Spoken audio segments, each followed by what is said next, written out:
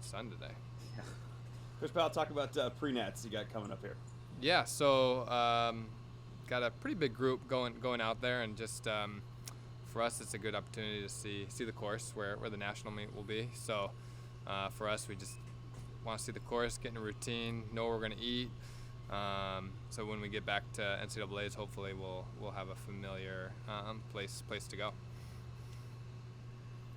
What's the feeling, the mood? Do you feel, I guess, comfortable? Are you pleased with sort of where you guys are as you go into this? I'm sure you have expectations and sort of goals that you want to meet even right now.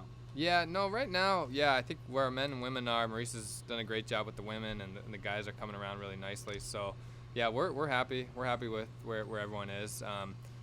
This is kind of the last meet before the championship portion of the season. So this one is really pretty low key for us. So chance to travel a big group, and there's really no pressure on what place you are. It's just like I said, it's just get a feel for the course. In the past, I've been to Terre Haute probably 10 plus times, but we have a lot of newcomers that haven't seen the course yet. So just get used to the course, and then it really makes, if we make it to nationals, it just makes that trip a lot easier. So you use this as a chance to do sort of slower walkthroughs, examine, see what the technical aspects of this, and get the total feel for the course? Yeah, we really want to know that course really well. So we'll go there the day before and jog it pretty slow, and then we'll probably walk probably the last part of the course, and that way we know exactly where the finish line is. Like sometimes on this course, you see the finish line from about 600 meters out, and you don't time your kick properly. Sometimes you run out of gas. It's kind of a long ways to be able to see a finish line. So for them to be able to kind of get a chance to race it and see what it feels like, and get a good feel for where that finish line is, I think will help a lot. And for people who might not know, myself kind of included, how much of an advantage does going that slow and having that kind of extra day to prepare, to look and get used to it, how much of an advantage is that for the day after? I mean, it's pretty standard. I think that everyone kind of gets to see a course ahead of time, but half of the NCAA chooses to kind of run different meets on this weekend, and then kind of the other half chooses to run this meet. I think it's a really good idea to be able to run and see the course and race the course. That way you really know it before the NCAA's, because I think one thing to kind of just examine the course and walk it or run it, but it's another to race it. Like I think so. I think for our athletes, we've been doing it for 12 years now. We've pretty much always gone to this pre-national meets because we see the value in being able to see the national course ahead of time. Andy, is this kind of another chance to continue to develop depth for the men's and women's teams? Yeah, I mean, for a lot of us, we're allowed to run 7 in kind of the A race. I think they call it the blue and the white race, and then we'll run a few more in the open race. We are still trying to figure out what our lineup is. So we can run 10 at nationals. So we got to figure out who that 10 is. Everyone's pretty healthy right now, so that's making it a little harder. Everyone's running really well. And then when you get to the regional meet, then you run 7, and then the national meet you run 7. So we are still trying to figure out who's going to run. On the guys' side, we have 3 really good freshmen, and that's another thing we're trying to decide. Who redshirts and who does not redshirts.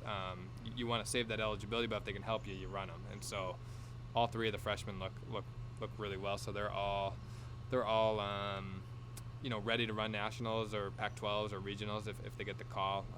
We will probably trigger Austin's eligibility this weekend. So he's our 401 guy out of California. So he'll get an opportunity to run.